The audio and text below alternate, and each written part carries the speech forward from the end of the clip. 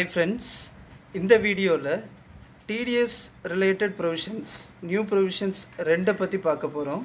இந்த provisions என்னன்னு பாத்தீங்கன்னா section 206 AB and section 206 CCA இந்த ரெண்டு provisionம் 1st July 2021 ல இருந்து applicable. First provision, section 206 AB, special provision for deduction of tax at source for non-filers of income tax return. இந்த section என்ன சொல்லுதுன்னு பார்த்தீங்கன்னா, where a person is required to deduct tax at source under the provisions of chapter 17B other than section 192, 192A, 194B, 194BB, 194LBC or 194N. Other than these sections, where that person is required to pay any required to deduct TDS on any income, any sum or amount paid or payable or credited to a specified person, the tax shall be deducted at the higher of the following rates.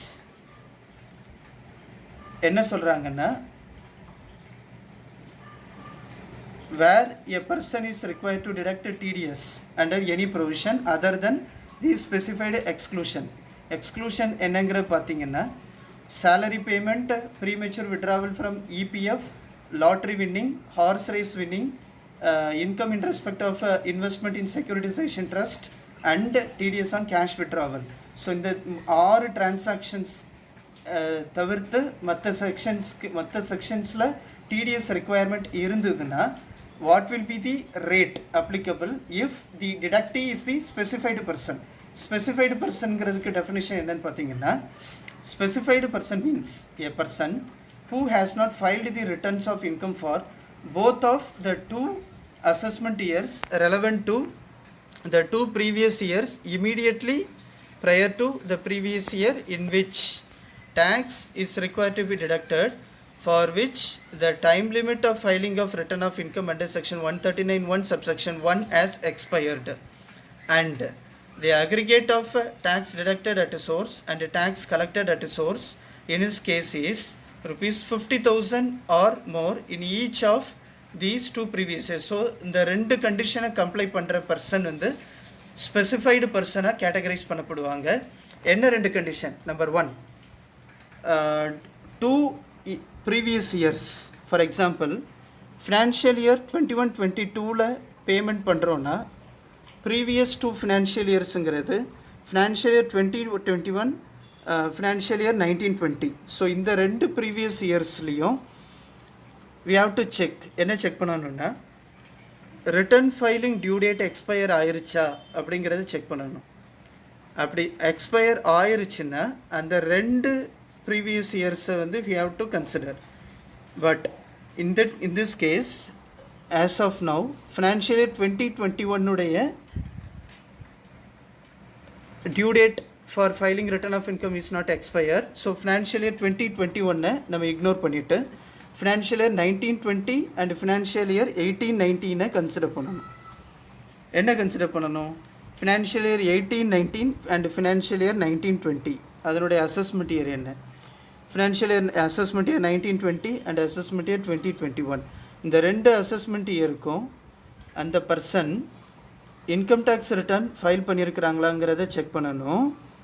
Plus அந்த ரெண்டு assessment இயரில் அவருடைய aggregate TDS TCS 50,000 rupees or more இருக்குதாங்கிறத check பண்ணணும்.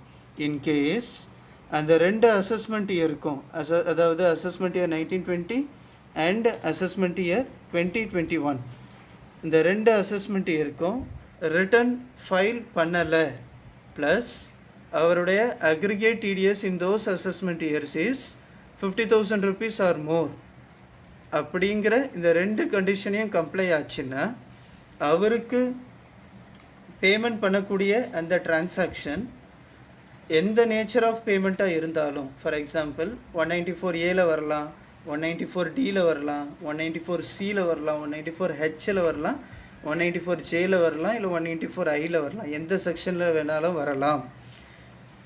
அவருக்கு payment பண்ணக்கூடிய அந்த transaction அந்த டிரான்சாக்ஷனுக்கு section 206 AB also will be applicable. So what is the rate at which TDS has to be deducted அப்படிங்கிறத பார்த்தீங்கன்னா, ஃபர்ஸ்ட் ஃபார் எக்ஸாம்பிள் ஒரு எக்ஸாம்பிளோட பார்ப்போம்.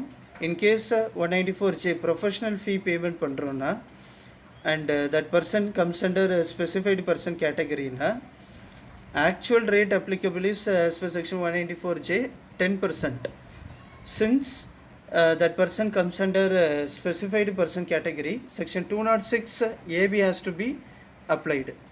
So section 206 AB என்ன சொல்லுதுன்னா, higher of the following rates, அதாவது number 1, at twice the rate is specified in the relevant provision. Relevant provision is 194J, 10% into 2, that is twice in சொல்றாங்க, so 20%. Rate in force, rate in force also 10%, so 10 into 2, 20%.